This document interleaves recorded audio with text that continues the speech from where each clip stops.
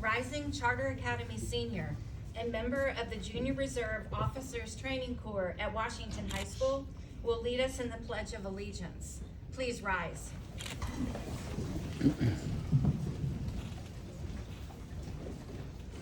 I pledge allegiance to the flag of the United States of America and to the republic for which it stands, one nation, under God, indivisible, with liberty and justice for all. Please be seated.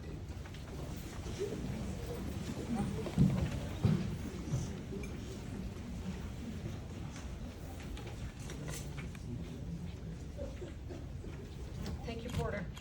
Good evening. I'm Karen McCabe, principal of Pensacola State College Charter Academy. It is my great privilege to welcome you to the 2023 commencement ceremony for the Pensacola State College Charter Academy.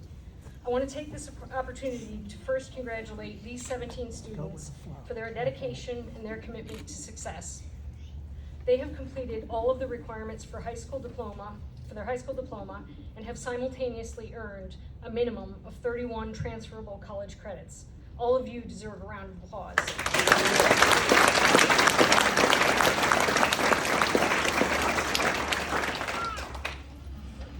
5 of these 17 students participated in the Pensacola State College commencement ceremony last week, and these students deserve special recognition. Please stand as I call your name.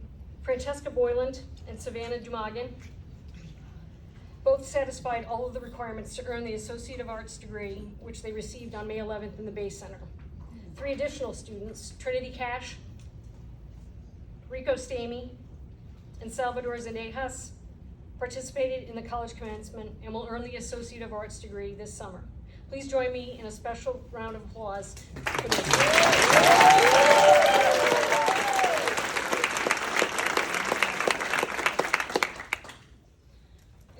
It is my honor to introduce to you the President of Pensacola State College, Dr. Edward Meadows.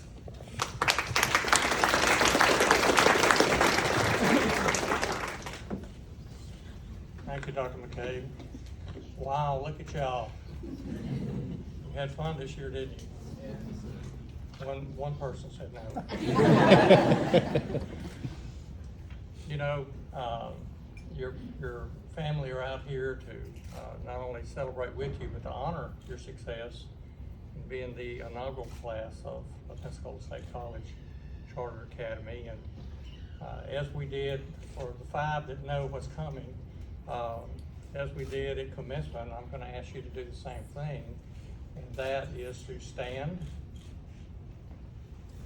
turn around and find your family and give them a round of applause for the support they give you.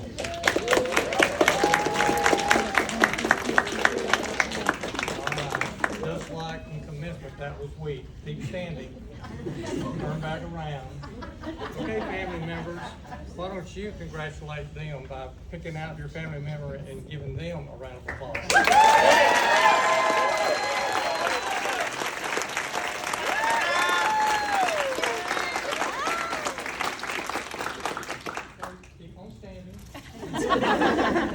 If you have attended or graduated from any of the Pensacola State College programs, would you stand? Miss Italy, you gotta stand up. Not everybody's standing.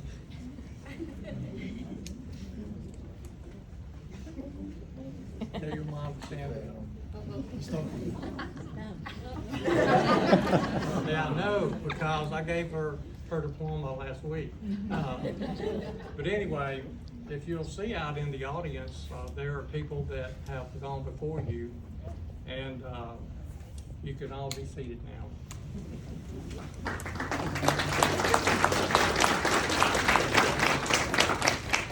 We have some special guests with us this evening.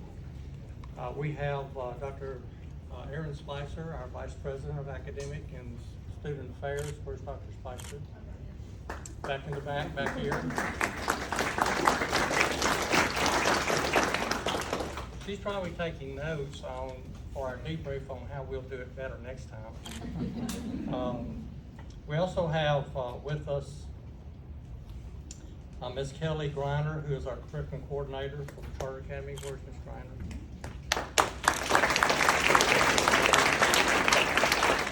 And Ms. Tina Corbin, our administrative assistant coordinator. Where's Ms. Corbin? And we have members of our Board of Trustees here. We have Mr. Patrick Dawson, our Vice Chair. And we have Dr. Tippett, our Chairman, who will be bringing you words of welcome.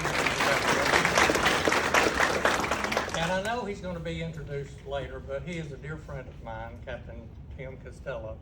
Would you stand to be recognized? And you are sitting here in part because of him.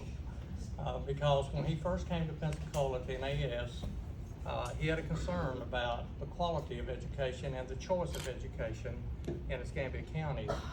And over lunch at McGuire's, we talked about alternatives for giving students choice. And you are examples of a result of that conversation. And so it was very appropriate that he be our commencement speaker for you. This is the inaugural class, and it will probably be the smallest inaugural class because the program will grow, as you know, as we add more grades. But I hope that you stay in touch with us. Let us know how you're doing. I know you have a caring administration. They know you by your first name and your last name. I came to see some of the senior presentations, and they were fabulous. For those of you that are seeking the military, I wish you well, and for those that will be continuing on to a university, I wish you well. And for those that are staying here for the baccalaureate, congratulate you and wish you well as well. To the parents and to the loved ones out here, I want to thank you for trusting us with your children. It has been a complicated journey at first for Pensacola State to start a charter academy, but with the support of the Escambia County Board of Education and particularly our Board of Trustees, we're here today to celebrate these graduates. They've done a stellar job academically. They have a bright future, and I know you're very proud of them. I'm going to turn it over to our Chair of our Board of Trustees, Dr. Troy Tippett, for words from him.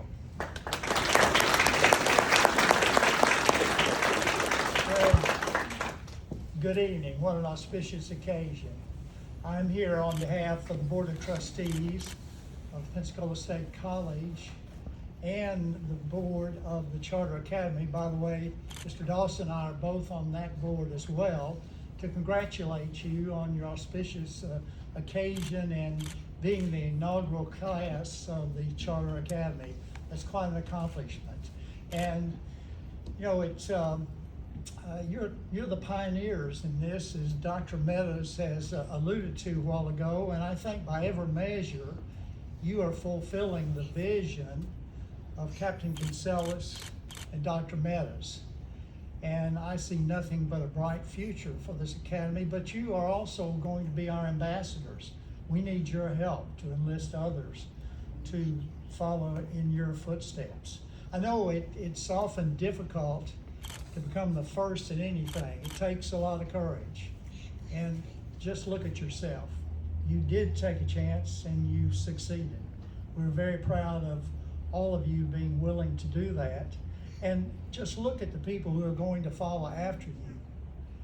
The opportunity that Dr. Meadows and Captain Gonzalez gave the community here to simultaneously obtain a high school degree and have 2 years of college out of the way is unbelievable. There's no other opportunity like that in this community. So with their vision, and thanks to you and your families taking a chance, future students have you to thank for their success. So again, on behalf of the Board of Trustees, congratulations and thank you.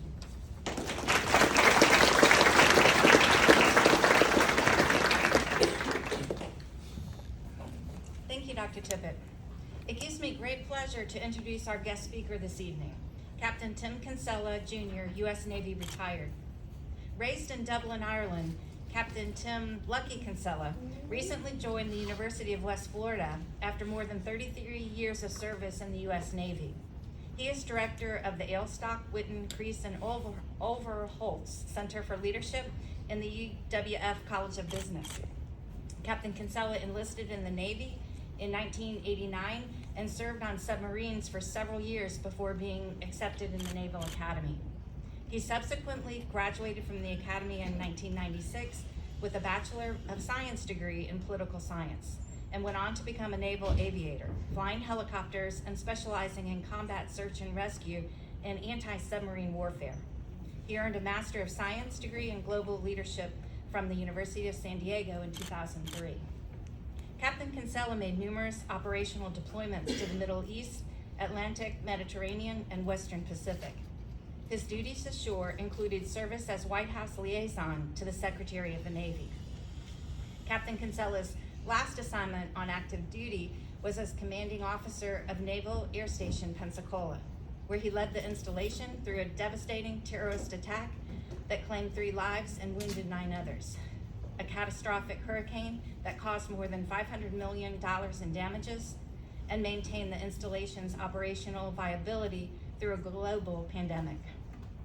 Despite these challenges, under his leadership, NAS Pensacola was awarded the Navy's Installation Excellence Award as the top large installation across the entire service. Captain Kinsella is also passionate about improving educational opportunities for all children. Most recently, he partnered with Pensacola State College to create our new dual enrollment charter high school here on the Warrington campus, and led a collaborative effort between the Naval Aviation Museum Foundation, Escambia County School District, and the Department of Defense to create an intensive STEM program at the National Flight Academy for Title I 5th graders across 2 counties. Over his career, he has received numerous awards, including the Dedalian Award for Distinguished Airmanship, the Naval Helicopter Association Aircrew of the Year Award, the Navy League of the United States John Paul Jones Award for Inspirational Leadership, the Freedoms Foundation at Valley Forge George Washington Honor Medal for Public Communications, and the director of the FBI's Community Leadership Award. Captain Kinsella and his wife Jennifer are proud parents of 2 energetic young boys. His hobbies include supporting the Liverpool Football Club, golf, reading history, attempting to play guitar, gardening, and photography. Welcome, Captain Kinsella.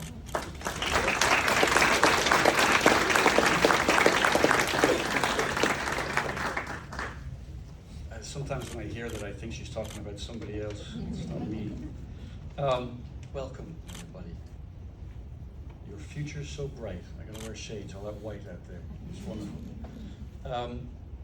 This means so much to me to be here. It's more than I can say. I'm gonna talk to you folks here a bit. I wanna talk to everybody a little bit. By the way, has everyone seen the movie Maverick, the new Top Gun? You have? Yeah, did you like it? Yeah. Yeah. So there's one thing that's really unrealistic in it. Nobody's called Maverick. It's far too cool. Usually call signs are pretty derogatory in nature, just to sort of keep you down to size. So I got lucky. And I wish I could tell you that I got lucky because I brought the helicopter back in this really dark and stormy night. I only had 1 rotor blade. or because I get all the girls in the bars in Singapore. But no, I was named after a leprechaun in front of a box of cereal. The charms. And unfortunately, the charms dropped away as I got more senior and was just looking.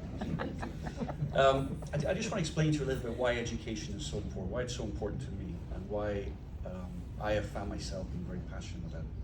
So my parents, I grew up in Ireland, Irish parents. I was born in the States, but grew up in Ireland.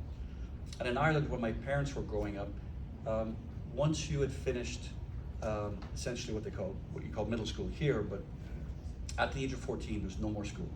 That's it. The only way that you could go to high school was if you could pay for it to go to a private school, or there were a few Catholic Jesuit schools around the country that you could apply to go to, but you had to live close to it. So at the age of 13, 14, you're done. That's it. You're finished with school. There's no opportunity to do it anymore. Until a Minister for Education at the time, he said enough is enough. Our country can't reach the potential that we think it deserves without a well-educated population.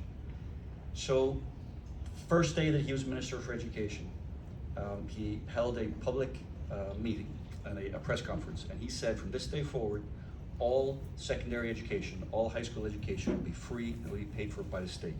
That was in 1969. It was too late for my parents. But those children, that first class of children that went to the Irish version of high school, were responsible for the resurgence of the Irish economy in the 1990s, were responsible for the peace process.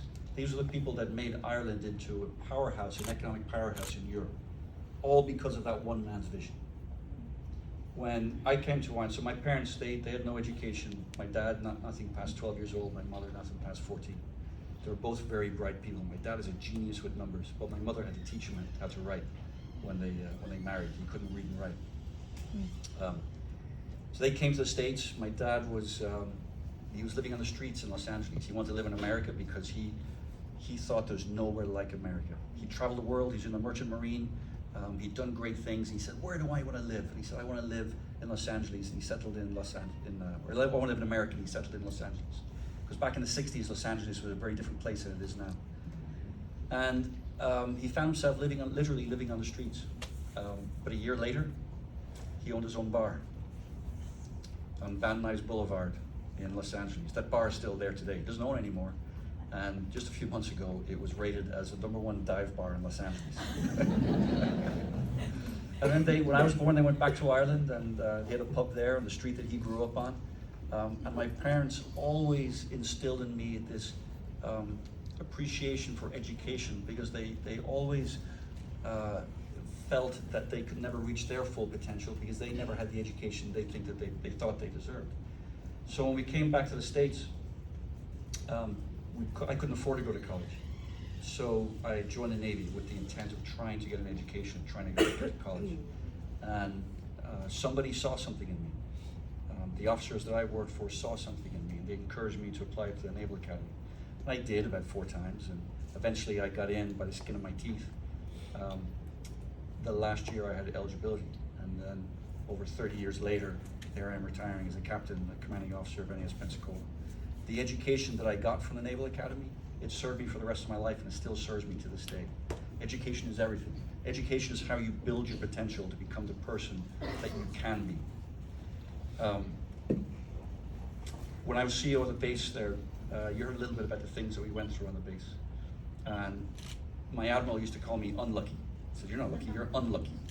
And I found it kind of offensive, to be honest with you. Because we've been through a lot on the base. The terrorist attack, the hurricane, the pandemic, a few other things. But I felt so very privileged to be skipper of that base, that I was the skipper of the cradle of naval aviation.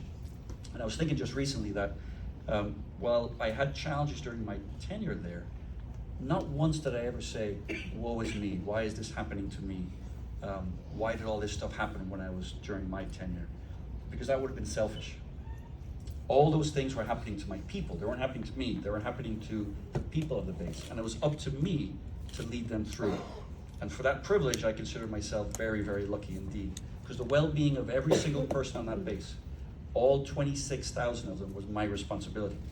And I realized pretty early on when I first went to the base that a major concern of all the military families there was education, the education for their children and their access to good quality education.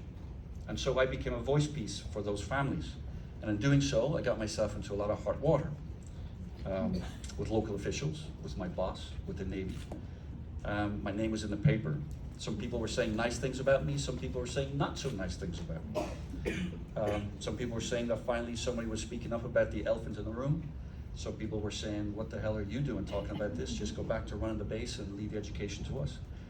But I learned pretty quickly that there's an unwritten rule, and the social media generation probably understands this, that the less somebody knows about a subject, the more likely they are to post judgmental, negative comments about it on social media. I found that out pretty quickly. Senator Rick Scott once told me that it's part of being a public figure. It's part of the business. But I'm not a public figure, I'm a helicopter pilot. I speak slowly, not very smart, because that's what helicopter pilots are, like the grunts of aviation. I can plan a combat mission with my eyes closed, but getting in front of a crowd or being in the paper, that's a whole different story altogether. So one morning I'm shaving. I'm in front of the mirror, getting ready, I'm shaving, and I'm feeling pretty sorry for myself. Like, what have I gotten myself into? Why have I bitten off more than I can chew, trying to take on the education system and trying to speak up for these families? And then within 5 seconds, this voice inside my head just said, shut the hell up. This is your job. This is, if you don't speak up for these families that you're supposed to be responsible for, then who is?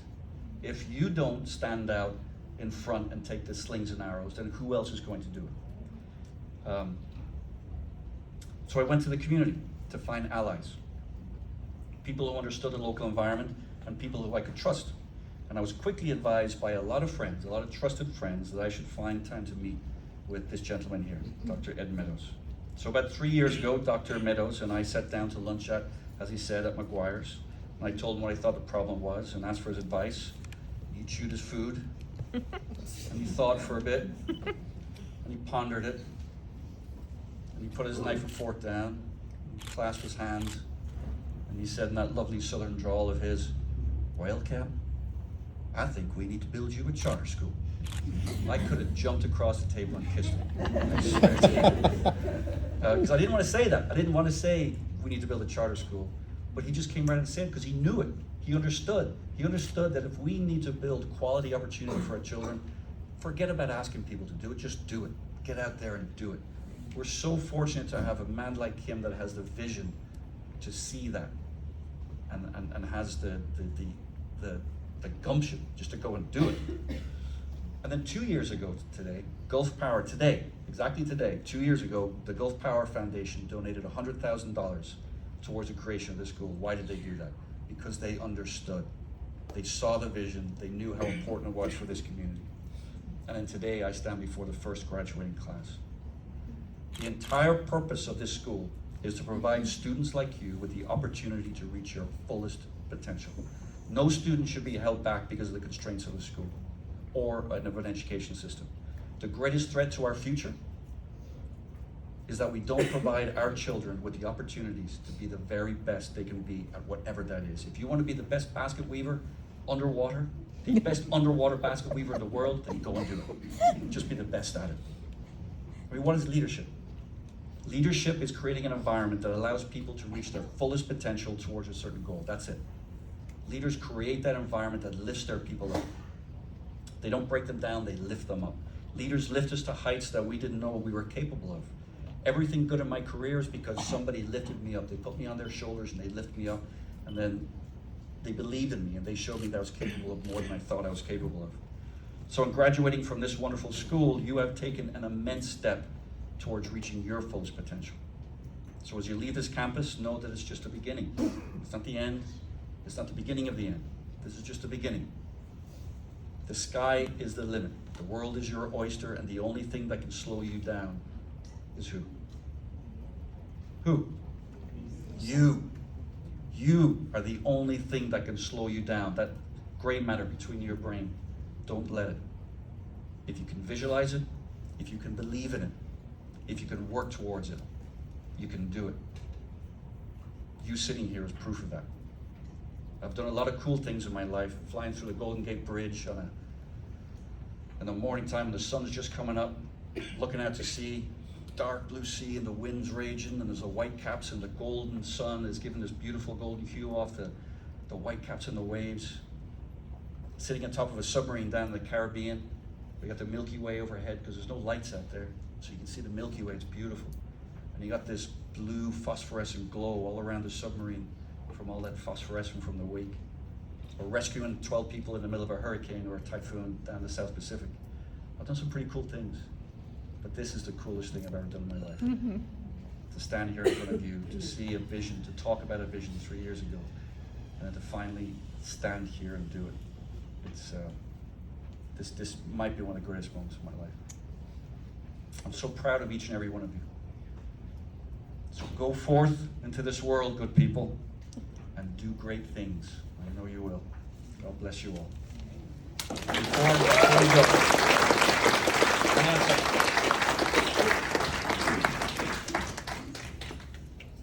I want a selfie with y'all. So you can stand up. Everyone go.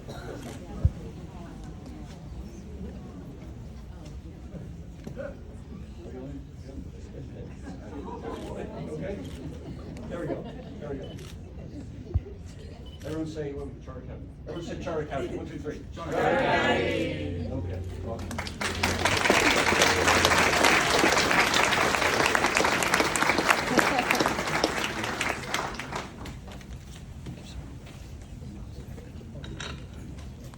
Thank you so much, Captain Kinsella. We hope you'll accept a token of our appreciation from the Chartered Academy. It's a pleasure to have you tonight. Oh my goodness. Take it up your bag. Thank you so much. Thank you.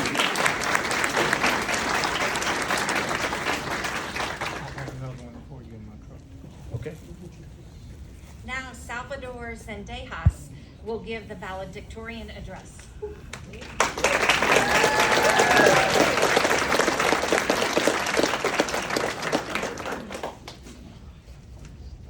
Hello, everyone. I'd like to open up with a speech about our beloved actor, Dwayne "The Rock" Johnson. That says, success is not about greatness, it's about consistency. Consistent hard work gains success. And on behalf of the graduating class of 2023, the first of its kind, I'd like to thank all of our teachers, administrators, and parents, especially my mom and dad, for making sure that we stayed consistent throughout this hard year to gain success. I completely forgot. Yeah, without them, we really wouldn't be in the same spot that we are today. And on this road, we face a lot of challenges, as I know you guys know. Endless papers, math problems, and homeworks that are always like way too long, tests that everybody thinks they're going to fail. But you guys finally made it, and you should be very proud of what you've accomplished. You know, every single day throughout high school, it was pretty bad. And I was waiting for the day to come, thought it never would. And then I came here and I realized that I really don't want to attend. The memories I've got to make with all of you have been awesome, like from our beach party, bowling get together, all the times we play Smash Bros in the Commons room, which none of you are gonna miss Little Mac. But it was definitely a fun time, and it made coming to the Charter Academy on my bike every morning feel less like a chore and more like an adventure. So thank you for all that. And I couldn't thank the students without also thanking the great people that we have here at PSC, like Miss Martha. Could you please stand? She's like the most awesome janitor I could ever imagine.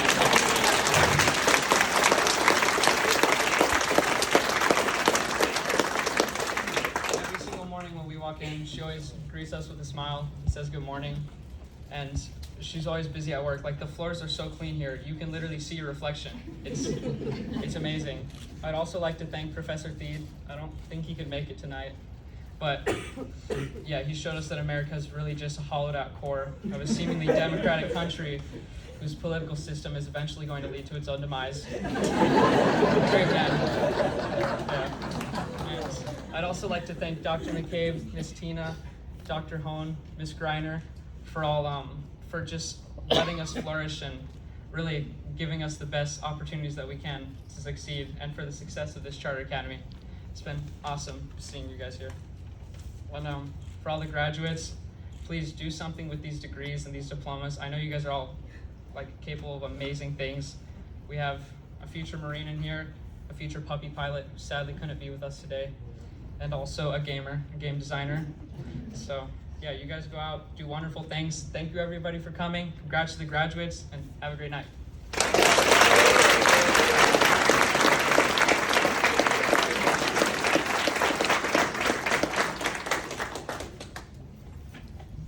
Thank you, Sal. Will all students receiving the high school diploma please follow the directions of the student marshal, Kelly Griner, curriculum coordinator of the Charter Academy.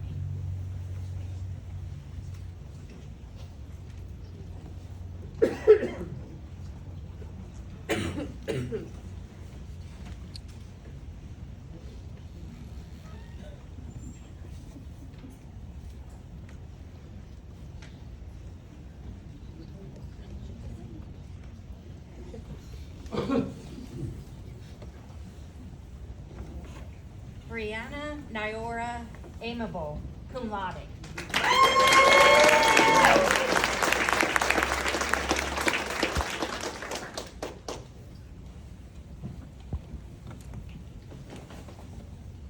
Tate Jack Anderson, summa cum laude.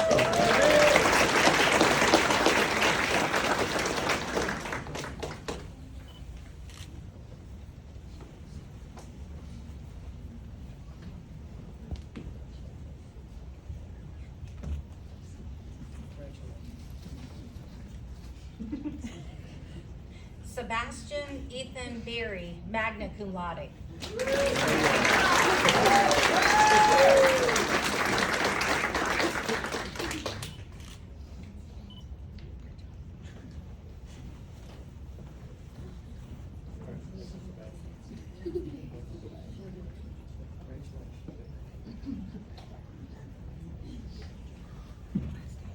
Francesca Michelle Boylan, summa cum laude.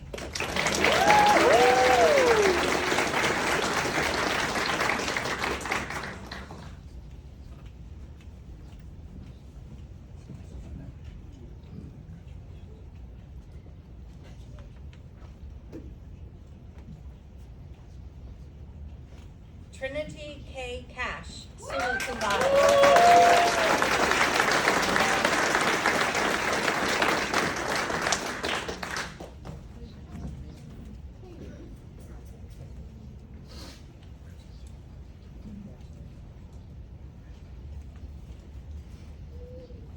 Savannah Marie Dumagon, summa cum laude.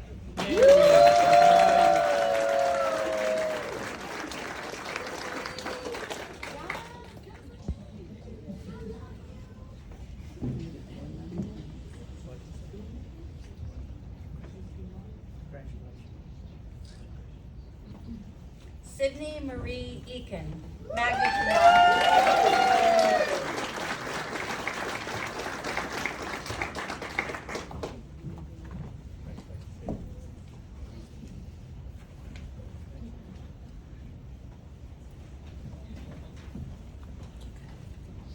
Owen Legal Fortner.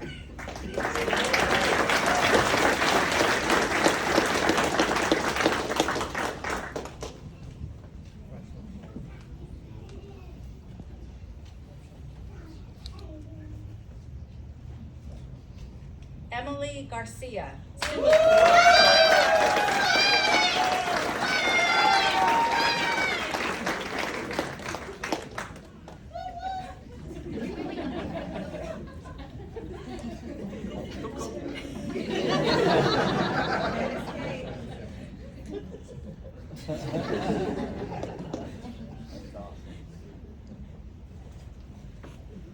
Nicholas John Guy, magna cum laude.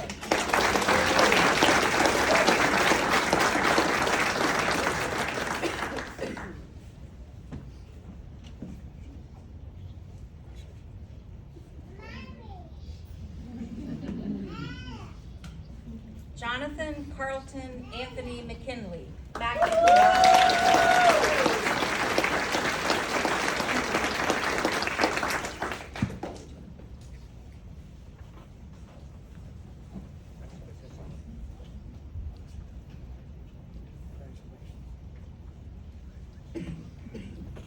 Madison Lynn Oak, magna cum laude.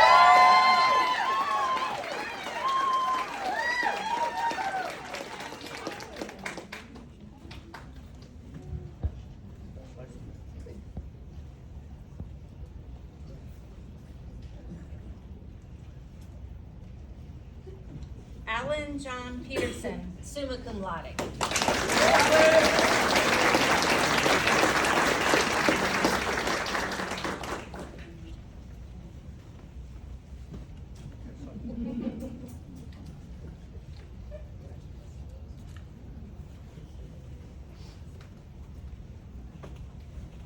Rico Sage Stamey, summa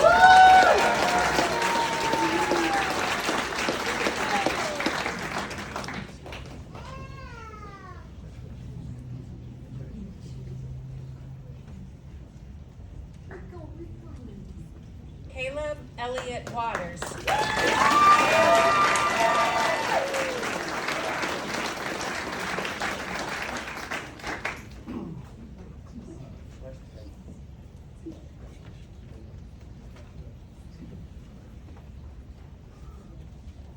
Salvador John Zendejas.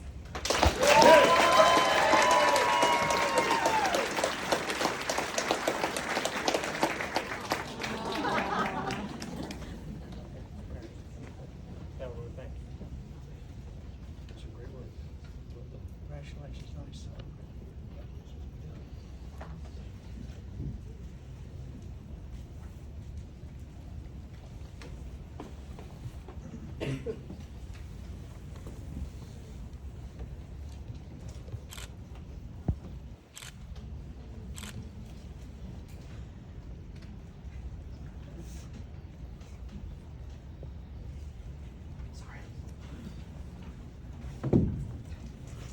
Graduates, please rise. Ladies and gentlemen of the class of 2023, with the approval of the faculty and the administration, and upon the certification that you have fulfilled all requirements of law and standards for high school graduation as prescribed by the State Board of Education and the District School Board, and by the authority vested in me by the State of Florida and the Pensacola State College District Board of Trustees, I'm pleased to confer upon you this diploma with all rights, privileges, and responsibilities thereunto pertaining. You may now move your tassels to the left side.